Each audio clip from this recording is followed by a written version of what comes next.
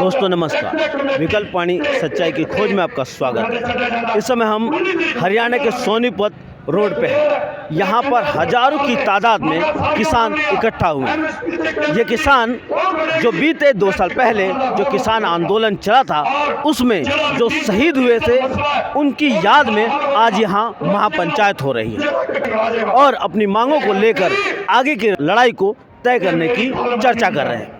आइए जानते हैं कि उनकी आगे की दिशा क्या होगी। विकल्प वाणी सच्चाई की खोज।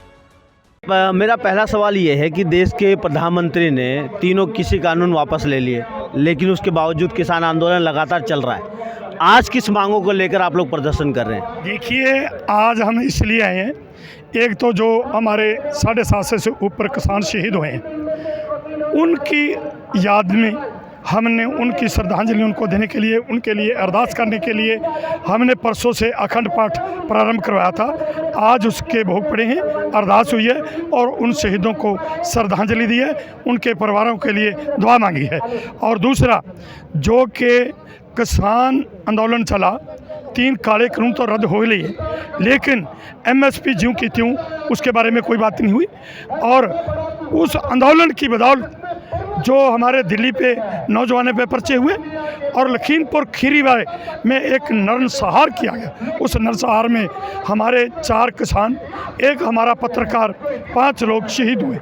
उन्होंने उस वक्त वादा किया था कि हम इंसाफ देंगे, ना उल्टा हमारे किसानों को पर्चा उन पर डाल के जेल में बंद किया गया। और अजय टैनी मिश्रा जो राज्य मंत्री हैं, वो आज भी मंत्री पद पे बैठे हैं। उन्होंने इस्तीफा क्यों नहीं दिया? उनके कहने पर ही उसके गुंडों और उसके कम वक्त बेटे ने हमारे किसानों को शहीद किया था। इसलिए हमने जहां अपने शहीदों को श्रद्धांजलि दी है, आज एक सरकार को चेतावनी है कि जेकर आप सरकार ने हमारी मांगों की तरफ ध्यान न दिया, हमारी मांगें ना मानी गई, तो फिर आने वाला समय ऐसा होगा कि सरकार के नाक में दम कर देंगे। सर, पहले संयुक्त किसान मोर्चा हुआ करता था, अब संयुक्त किसान मोर्चा गैर राजनीतिक, ये शब्द जोड़कर क्या मकसद है सर इसको जोड़ने का? ये मोर्चा पहले भी अराजनीतिक था, सभी देश का मोर्चा था, सभी विदेशों का मोर्चा था, जन आंदोलन था। और इसमें कुछ लोग ऐसे हैं जो कहते हैं कि हम मुख्यमंत्री बनना चाहते हैं, हम ML बनना चाहते हैं, हम एक देश पर राज बनाना चाहते हैं, और वो इस मोर्चे में निकल के इलेक्शन लड़े और इसलिए वो लोग इस मोर्चे में निकल कर गए हैं। लेकिन मोर्चा तो अराजनीतिक तब का ही तय हुआ है, 2020 का ही मोर्चा चल रहा है, ये इसका नाम नहीं रखा गया। ये मोर्चा जो सियासत से अलग हैं, जो कोई इलेक्शन नहीं, जो संगठन लड़ना चाहते, कोई मुख्यमंत्री नहीं बनना चाहता, वो मोर्चा ये चल रहा है, क्योंकि ये अपना एक प्रेशर ग्रुप है। और प्रेशर ग्रुप जब तक भारत में बना नहीं रहेगा, लोगों का प्रेशर नहीं होगा, तो लोगों की मांगें, लोगों के हक जो नहीं दिला सकते, इसलिए ये अराजनीतिक मोर्चा है। संयुक्त किसान मोर्चा गैर राजनीतिक, ये राजनीति का जो पहलू नज़र आ रहा है कि हम चुनावी प्रक्रिया पे विश्वास नहीं करते, तो 2024 में अगर मोदी जी हार जाते हैं और उसकी जगह पर कोई और पार्टी आती है, तो क्या किसानों के हालात बदल जाएंगे? पार्टियां 75 साल से बदल रही हैं, आ रही हैं, जा रही हैं, क्या हालात बदले हैं? क्या बाबा टिकैत ने किया, आज उनके लड़के कर रहे हैं, राकेश टिकैत कर रहे हैं, हालात बदले क्या? स्वामीनाथन रिपोर्ट कब से आके पड़ी थी, लागू हुई क्या? सब चोर चोर मौसेरे भाई हैं, हर शाख पे उल्लू बैठा है, तो अंजाम गुलिस्तां क्या होगा साहब? विचारों पे बहस होनी चाहिए। जनता सर्वोपरि है, नेता या पार्टी सर्वोपरि नहीं है। पर हो क्या रहा है? कारपोरेट सर्वोपरि हो गए। जो मीडिया संस्थान अच्छा उभरता है, जो जनता की आवाज़ बनता है, कारपोरेट उसको खरीद के दबा देता है। जैसे आज NDTV की हालत कर दी। हम भारत के लोग कभी हो ही नहीं पाए, संविधान की पूरी अवधारणाएं मरी हुई है। कोई हिंदू बन रहा है, कोई मुस्लिम बन रहा है, कोई सिख बन रहा है, कोई भारतीय जनता पार्टी का कार्यकर्ता बन रहा है, कोई कांग्रेस का कार्यकर्ता। हम भारत के लोग कहाँ हो पा रहे हैं?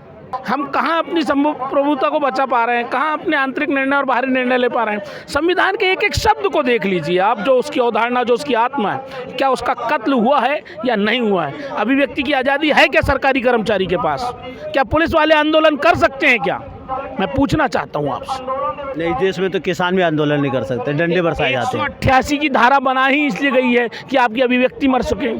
आंदोलन हमारा राइट है। हाँ, 144, 188 ये सारी धाराएं बनाई किस लिए? आपकी अभिव्यक्ति को मारने के लिए, आपके संविधान में दिए गए अधिकारों को मारने के लिए। 75 साल में संविधान लोगों के घर तक नहीं पहुंचा है। लोग अपने मौलिक अधिकार नहीं जानते, फंडामेंटल राइट्स नहीं जानते, नीति निर्देशक तत्व नहीं जानते। यानी सरकार बदलने से लोगों के या किसानों के, मजदूरों के हालात बदलने वाले नहीं है। व्यवस्था बदलनी होगी, पार्टीलेस डेमोक्रेसी लानी होगी। एक ही तरीका है इन गद्दारों को दरकिनार करने का कि जनता अपना वर्चस्व अपने हाथ में ले ले। हम विधायक चुनते हैं, हमारा लोकतंत्र उनके हाथ में चला जाता है और वो अपने मर्जी से एक चोर मुख्यमंत्री चुनते हैं। आप चाहते हैं कि एक वैकल्पिक समाज? जी हाँ, बिल्कुल। जब भी सर्वहारा वर्ग के हाथ में पावर होना, जो मजदूर है, किसान है, जनता सर्वोपरि होना। आज हम वोट हम देते हैं, नेता हम बनाते हैं, वो जाके कारपोरेट के आदमी को राज्यसभा सदस्य बनाता है, विजय माल्या जैसे को। शुक्रिया सर, मेहरबानी। बहुत ही इम्पोर्टेंट बात आपने बताई और ये समझने वाली बात है कि जब तक आम जनता, हिंदुस्तान की आम जनता, चाहे वो मजदूर हो, किसान हो, महिला हो, नौजवान हो, जब तक उनके हाथों में पूरी तरीके से कानून बनाने की और देश के भविष्य को सुनिश्चित करने का पावर नहीं होगा, तब तक सिर्फ जनता इसी तरह आंदोलन करती रह जाएगी और इसका असली माल जो है देश के बड़े बड़े कारपोरेट घरानों की तिजोरियों में बंद होते जाएंगे। इस बारे में सोचिए, समझिए और देखते रहिए विकल्प वाणी, सच्चाई की खोज।